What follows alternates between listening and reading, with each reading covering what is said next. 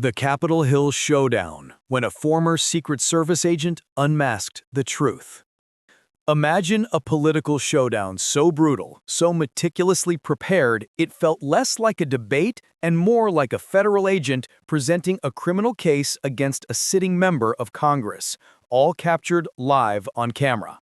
That's exactly what unfolded one Tuesday morning in Washington, D.C., inside the packed committee room of the Rayburn House Office Building.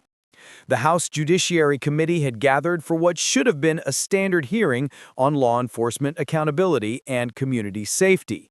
But the quiet electric tension in the room suggested something far more significant was about to happen. This was not merely another political theater, it was a looming storm that would fundamentally reshape perceptions and careers. At the witness table sat Dan Bongino, a figure whose calm demeanor belied a lifetime spent in high-stakes environments. A former NYPD officer and Secret Service special agent, he had protected presidents, including Barack Obama, a testament to his professionalism and dedication. His presence exuded the quiet confidence of a seasoned investigator, not the performative bluster of a typical politician. He was there to testify about critical law enforcement reform, drawing directly from his 12 years of federal law enforcement experience, which included specialized intensive training in hunting complex financial fraud and political corruption. He wore a dark suit, an American flag pin on his lapel, and reading glasses perched on the documents before him, a portrait of focused readiness.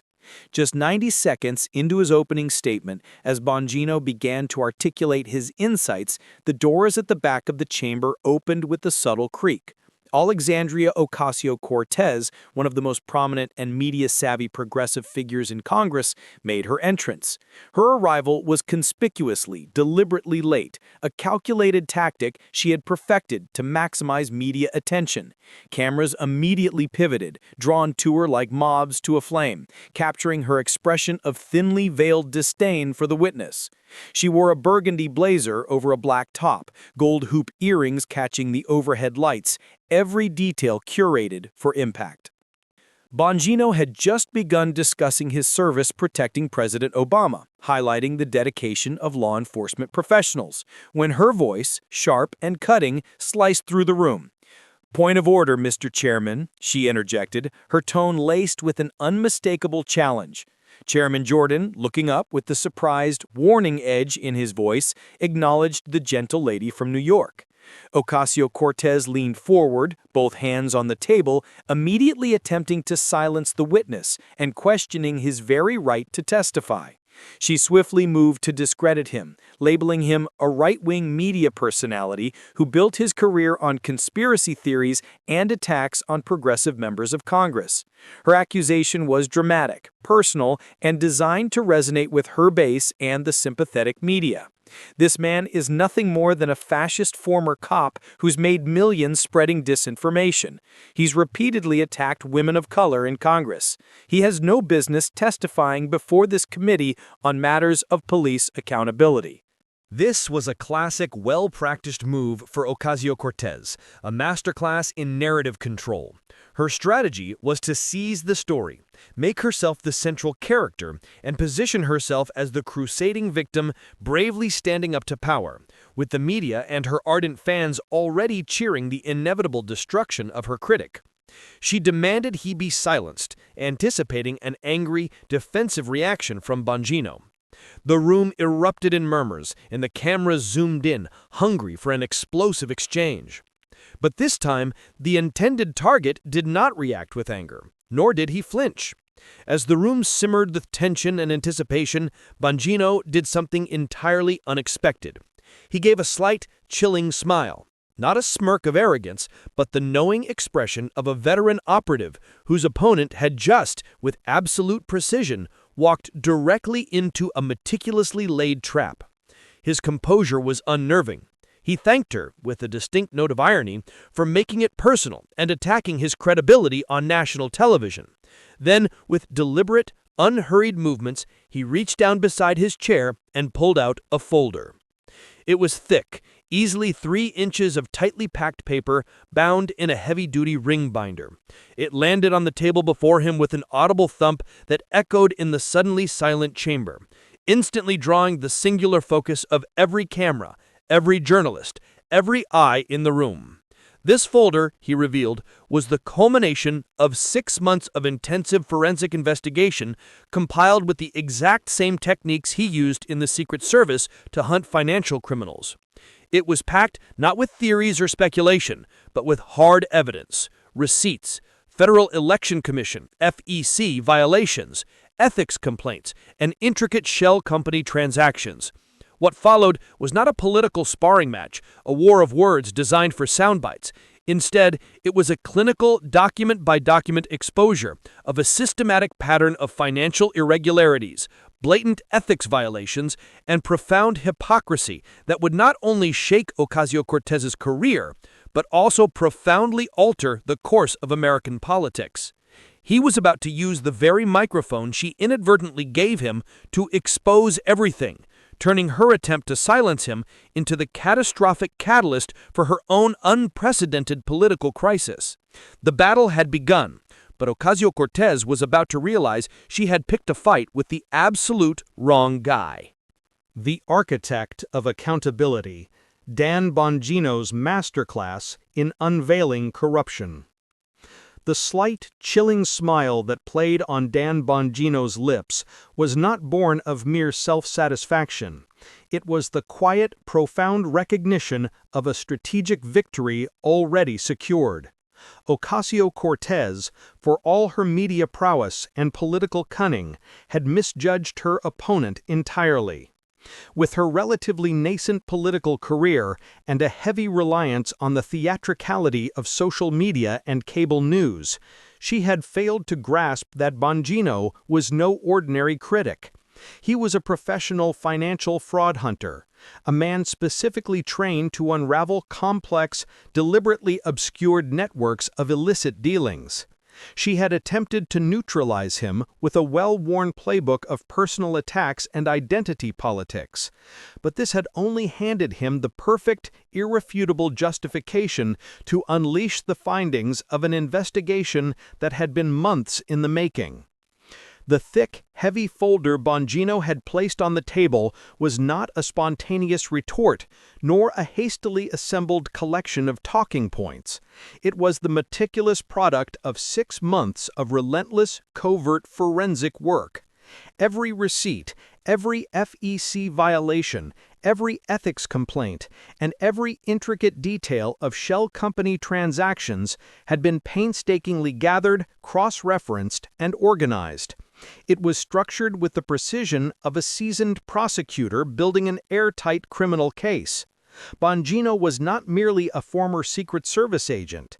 He was also a highly influential radio host with millions of followers across various platforms, and a former NYPD officer who had faced down hardened criminals on the streets of New York. He possessed an acute understanding of how to command a room, how to control a narrative, and, most crucially, how to wield irrefutable evidence to systematically dismantle an opponent.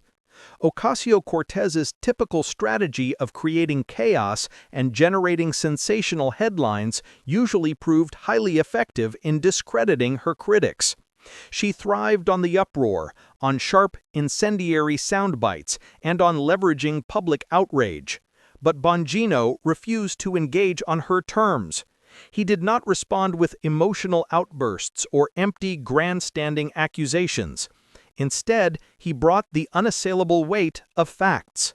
These were not abstract political arguments, but dry, often uncomfortable truths, meticulously documented across hundreds of pages of official records. It was an asymmetrical response, a tactical masterstroke. While she launched personal attacks, he surgically targeted her official record and financial dealings. While she sought to generate noise and manufactured outrage, he presented undeniable, verifiable evidence. And in her ill-conceived attempt to silence him, she had inadvertently granted him a national platform, an unmissable televised moment to publicly unveil his devastating findings, a platform he might never have secured otherwise. The entire world was watching, live, as Bongino opened his folder. He had prepared for this precise moment for a very long time, meticulously anticipating her predictable moves and setting a trap that, once sprung, would prove inescapable. The stage was set, the cameras were rolling, and the confident progressive star was about to be confronted by a different kind of power, the power of documented, undeniable truth. The indictment unveiled, documenting Ocasio-Cortez's financial irregularities. As Dan Bongino began to systematically present the findings from his voluminous folder, the palpable tension in the room transformed into a deafening, almost reverent silence.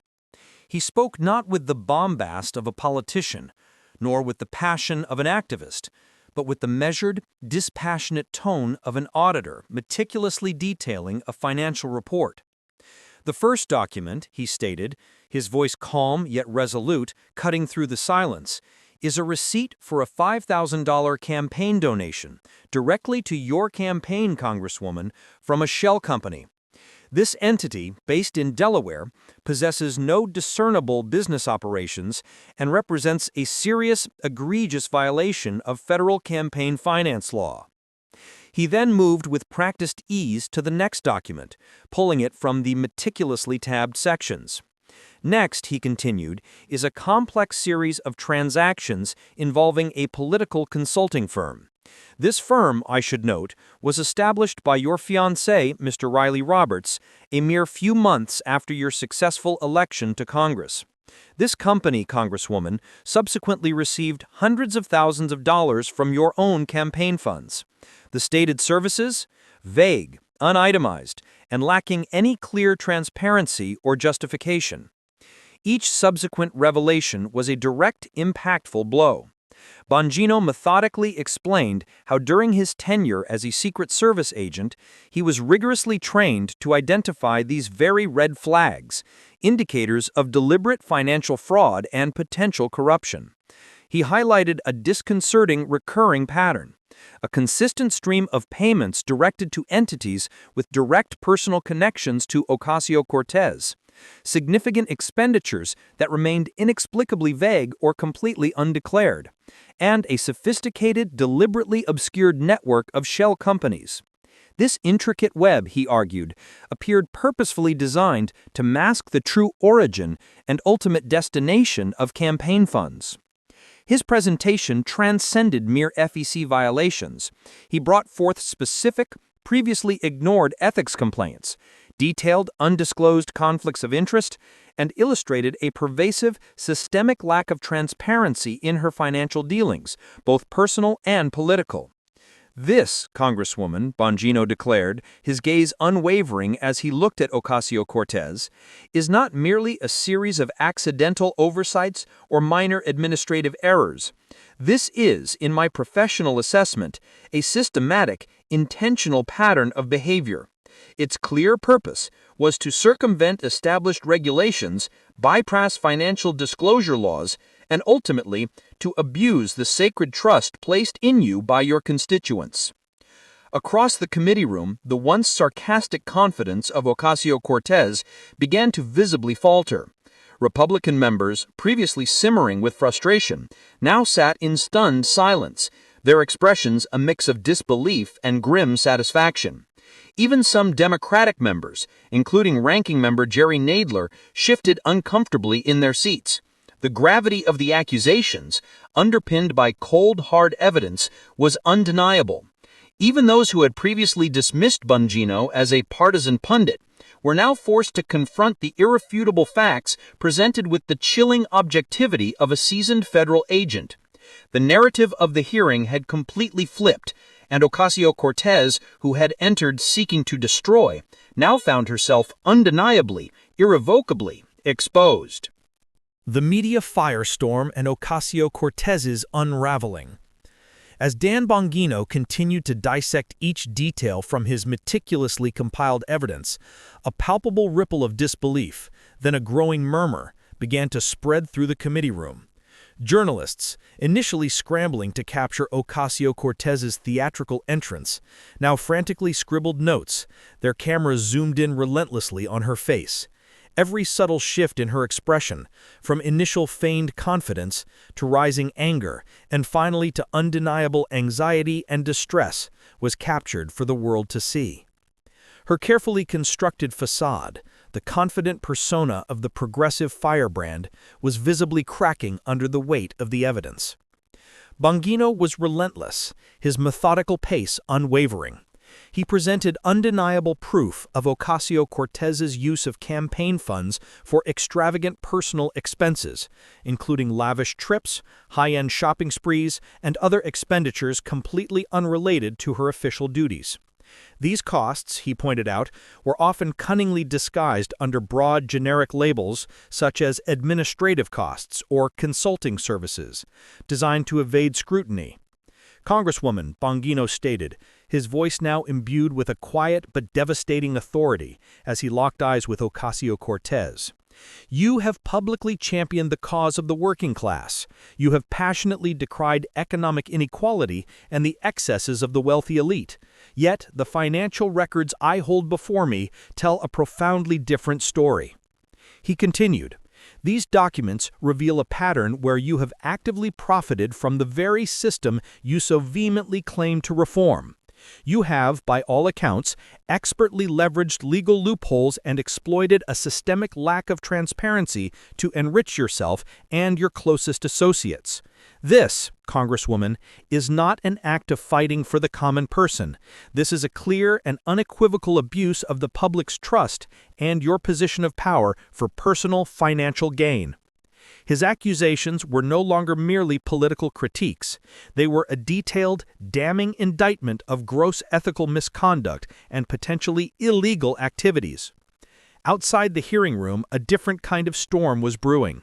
Mobile phones throughout the chamber began buzzing as news of the unfolding drama rapidly spread. Twitter, Ocasio-Cortez's favored platform for narrative control, exploded. Clips from Bongino's testimony went instantly viral, his methodical delivery contrasting sharply with Ocasio-Cortez's visible discomfort. Major cable news networks, initially covering the hearing as a routine event, abruptly cut to breaking news segments, interrupting their regular programming to report on the astonishing revelations. Ocasio-Cortez, who had always meticulously crafted her image as a media master, now found herself at the epicenter of a raging, negative news cycle, one she was utterly powerless to control or spin. The carefully curated image of the fearless progressive, the authentic voice of the struggling, was being systematically dismantled, piece by painful piece. Her once unassailable public narrative was now crumbling under the undeniable weight of verifiable facts and official documents. The media darling was now the subject of intense, critical scrutiny, and the political fallout was only just beginning to unfold. The political earthquake, a legacy in ruins. The damning accusations leveled by Dan Bongino unleashed a political earthquake that reverberated far beyond the confines of the Rayburn House Office building, sending shockwaves across the entire nation. In the immediate aftermath of the bombshell hearing, an unprecedented chorus of voices rose. Government watchdog organizations, prominent nonprofit groups dedicated to transparency, and numerous citizen action committees began to issue urgent calls for comprehensive, independent investigations into the myriad allegations Bongino had presented. The Department of Justice, DOJ, and the Federal Election Commission, FEC, traditionally slow-moving bureaucracies, were quickly inundated with a deluge of formal complaints and demands for action. The political career of Alexandria Ocasio-Cortez, once seemingly invincible and meticulously built upon an image of an uncompromising crusader for social justice, economic fairness, and unwavering transparency, now faced an existential threat. Her public persona, crafted with such care and amplified by sympathetic media, was under severe attack. Political allies, sensing the shifting winds and fearing collateral damage to their own reputations, began a noticeable strategic retreat, quietly distancing themselves from the spiraling controversy. Campaign donors, particularly those whose support was rooted in her progressive ideals, started to withdraw their financial backing. And, perhaps most damaging of all, the very grassroots base of enthusiastic, loyal voters who had propelled her to national prominence began to express profound doubts and raise uncomfortable questions. Her carefully constructed image, once a potent symbol of the progressive movement and a beacon of hope for many, was now irrevocably tarnished by pervasive doubts regarding corruption, financial impropriety, and blatant hypocrisy.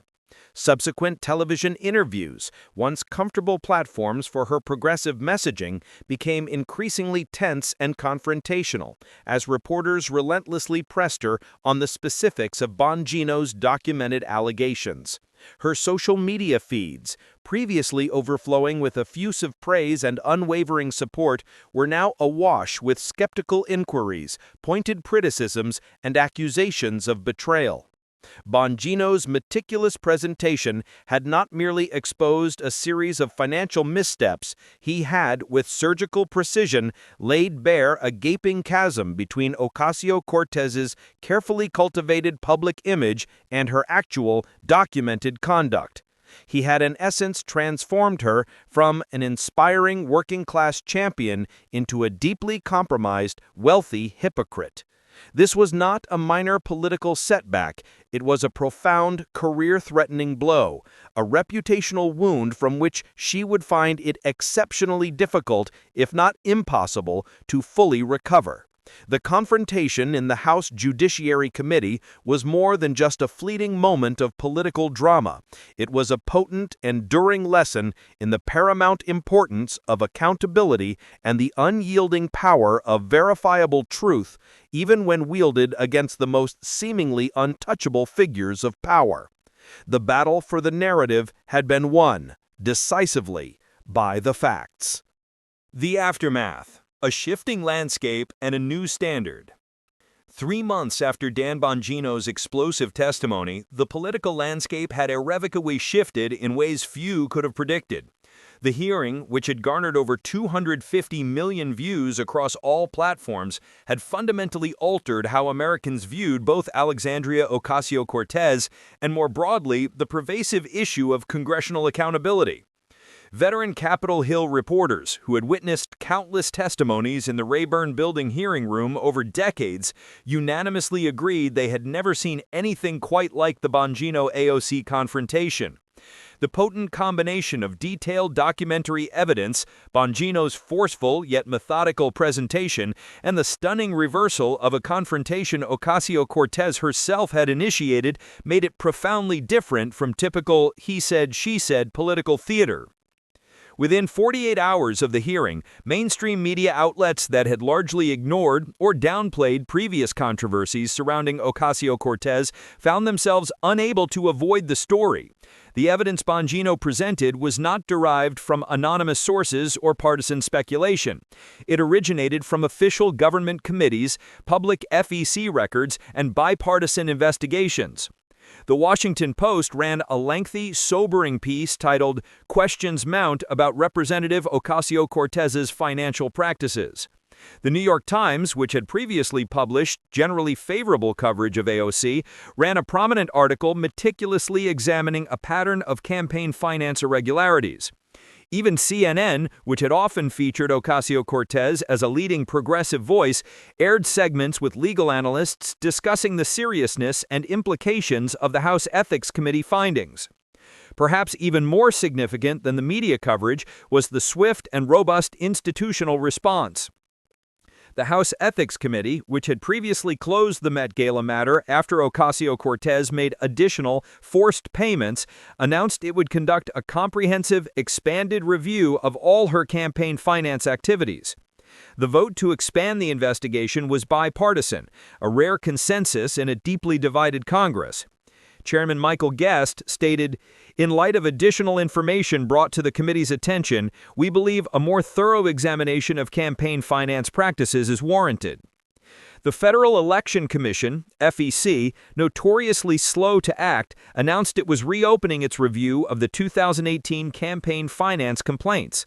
While the FEC stopped short of announcing a formal investigation, their statement strongly suggested they would apply additional scrutiny to matters they had previously dismissed. More ominously for Ocasio-Cortez, the Department of Justice confirmed it had received criminal referrals from multiple congressional Republicans regarding potential campaign finance violations. While DOJ maintained its policy of not commenting on ongoing investigations, federal prosecutors in the Southern District of New York, with direct jurisdiction over New York congressional campaigns, were reportedly reviewing the matter. The IRS Criminal Investigation Division, responsible for potential tax fraud cases, was also reportedly examining whether campaign funds had been improperly used for personal benefit, which could constitute unreported taxable income. Beyond these institutional responses, the political damage was both severe and immediate. Within a week of the hearing, Alexandria Ocasio-Cortez's approval rating in her district plummeted from 62% to 48%, the first time she had been underwater since her initial election in 2018. Among progressive voters, her approval dropped from 78% to 61%. Campaign fundraising told even a more dramatic story. In the quarter following the hearing, Ocasio-Cortez's campaign raised $2.1 million, a staggering 67% drop from the previous quarter. Small dollar donations, which had always been her fundraising bedrock, fell even more dramatically, down 74%. Several major progressive donors quietly withdrew their support, unwilling to be associated with the escalating controversy. The media firestorm and Ocasio-Cortez's unraveling. As Dan Bongino continued to dissect each detail from his meticulously compiled evidence, a palpable ripple of disbelief, then a growing murmur, began to spread through the committee room. Journalists, initially scrambling to capture Ocasio-Cortez's theatrical entrance, now frantically scribbled notes, their cameras zoomed in relentlessly on her face. Every subtle shift in her expression, from initial feigned confidence to rising anger and finally to undeniable anxiety and distress, was captured for the world to see. Her carefully constructed facade, the confident persona of the progressive firebrand, was visibly cracking under the weight of the evidence. Bongino was relentless, his methodical pace unwavering. He presented undeniable proof of Ocasio-Cortez's use of campaign funds for extravagant personal expenses, including lavish trips, high-end shopping sprees, and other expenditures completely unrelated to her official duties. These costs, he pointed out, were often cunningly disguised under broad generic labels such as administrative costs or consulting services, designed to evade scrutiny. Congresswoman, Bongino stated, his voice now imbued with a quiet but devastating authority as he locked eyes with Ocasio-Cortez. You have publicly championed the cause of the working class. You have passionately decried economic inequality and the excesses of the wealthy elite. Yet, the financial records I hold before me tell a profoundly different story. He continued, these documents reveal a pattern where you have actively profited from the very system you so vehemently claim to reform. You have, by all accounts, expertly leveraged legal loopholes and exploited a systemic lack of transparency to enrich yourself and your closest associates. This, Congresswoman, is not an act of fighting for the common person. This is a clear and unequivocal abuse of the public's trust and your position of power for personal financial gain. His accusations were no longer merely political critiques. They were a detailed, damning indictment of gross ethical misconduct and potentially illegal activities. Outside the hearing room, a different kind of storm was brewing. Mobile phones throughout the chamber began buzzing as news of the unfolding drama rapidly spread. Twitter, Ocasio-Cortez's favored platform for narrative control, exploded. Clips from Bongino's testimony went instantly viral, his methodical delivery contrasting sharply with Ocasio-Cortez's visible discomfort. Major cable news networks, initially covering the hearing as a routine event, abruptly cut to breaking news segments, interrupting their regular programming to report on the astonishing revelations. Ocasio-Cortez, who had always meticulously crafted her image as a media master, now found herself at the epicenter of a raging, negative news cycle, one she was utterly powerless to control or spin. The carefully curated image of the fearless progressive, the authentic voice of the struggling, was being systematically dismantled, piece by painful piece. Her once unassailable public narrative was now crumbling under the undeniable weight of verifiable facts and official documents. The media darling was now the subject of intense, critical scrutiny, and the political fallout was only just beginning to unfold.